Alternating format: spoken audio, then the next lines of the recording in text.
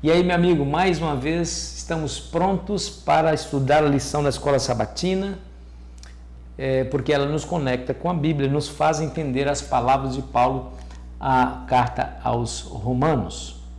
Seja bem-vindo a esse estudo mais uma vez. Quais foram as últimas palavras de Paulo? Hoje é quinta-feira e nós já estamos nos despedindo desse estudo extraordinário do livro de Romanos. O livro de Romanos é a base para o protestantismo. Aqui traz a principal doutrina da cristandade, que é a justificação pela fé. Estudar a Epístola aos Romanos é um bálsamo para aquele que se culpa por causa dos seus pecados. Aqui você encontra um Jesus Cristo que está sempre disposto a nos perdoar e a nos levantar. Fique ligado no estudo de hoje. Palavras finais.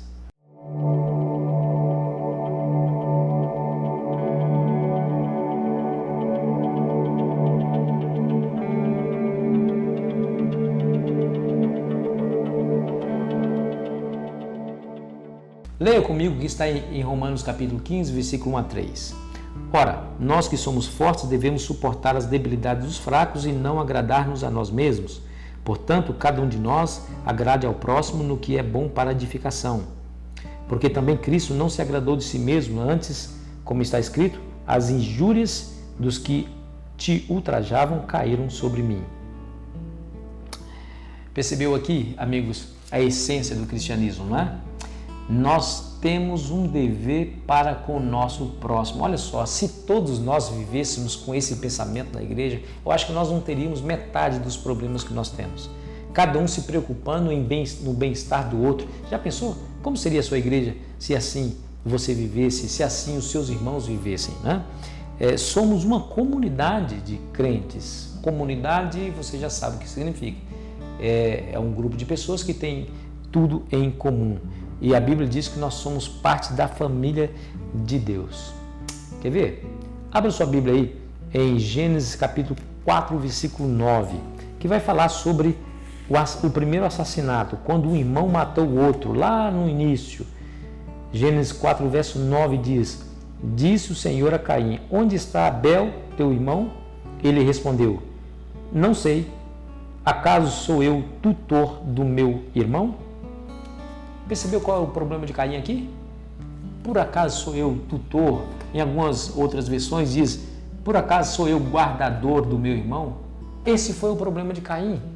Caim errou em não querer viver em comunidade, não querer dar conta do seu irmão.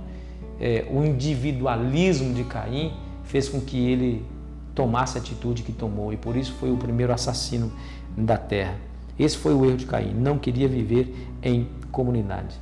Não é assim que deve ser a nossa igreja. Ei, todos nós temos uma responsabilidade um para com os outros. Nós precisamos aprender a viver em comunidade. Poxa vida, o teu irmão, o problema do teu irmão também é o teu problema, mas a vitória sua é a vitória do teu irmão. A alegria de todos contagia a igreja e dá um bom testemunho para o mundo, não é? Você há de convir comigo com isso. Veja o que Paulo escreveu em Filipenses capítulo 2, versículo 3 e 4. Vamos lá. Nada façais por partidarismo ou vanglória, mas por humildade, considerando cada um os outros superior ou superiores a si mesmo. Não tenha cada um em vista o que é propriamente seu, senão também cada qual o que é dos outros. Tá aí, amigos. Paulo ele tinha total razão ao dizer essas palavras, porque não há comunidade mais enfraquecida do que aquela que não se preocupa com os seus membros, onde os membros lutam um contra o outro. Eu acho que as nossas armas deveriam ser apontadas na mesma direção, todos nós apontando as nossas armas na mesma direção, para um inimigo comum, que é o diabo e suas hostes satânicas, que destroem a vida sobre a terra, que destrói a felicidade e a alegria das pessoas. É para ele e não uns para os outros que devemos apontar as nossas armas espirituais, não é? A Bíblia fala que precisamos viver em harmonia. O próprio Jesus nos ensinou em João 13, verso 34, essas palavras. Veja o mandamento de Deus aqui. João 13, versículo 34. Novo mandamento vos dou, que vos ameis uns aos outros, assim como eu vos amei, que também vos ameis uns aos outros. E nisto conhecerão todos que sois meus discípulos, se tiverdes amor uns aos outros. Acabei lendo o verso 35 também, porque é importante. Percebeu aí? O mundo só vai ser convencido de que somos discípulos de Cristo quando? Quando nós amarmos uns aos outros, quando obedecemos esse mandamento. Poderíamos chamar esse mandamento como resumo da segunda tábua dos 10 mandamentos, que fala sobre amar o próximo. Não é? Esse é o mandamento que Jesus nos deixou também, amar uns aos outros. Isso é importante demais para a comunidade. Deus é conhecido, lá em Romanos capítulo 15, voltando lá para o nosso estudo, como Deus da paciência. Capítulo 15, versículo 13, diz o seguinte. Capítulo 15, versículo 5, diz o seguinte: Ora, o Deus da paciência e da consolação vos conceda o mesmo sentir de uns para com os outros, segundo Cristo Jesus. Percebeu aí? O Deus da paciência conceda o mesmo sentir de uns para com os outros. Deus da paciência, né? A paciência é um elemento fundamental para um bom relacionamento. Ter paciência com os erros, ter tolerância para com as pessoas, amar as pessoas independente do que elas façam ou que elas dizem. É isso.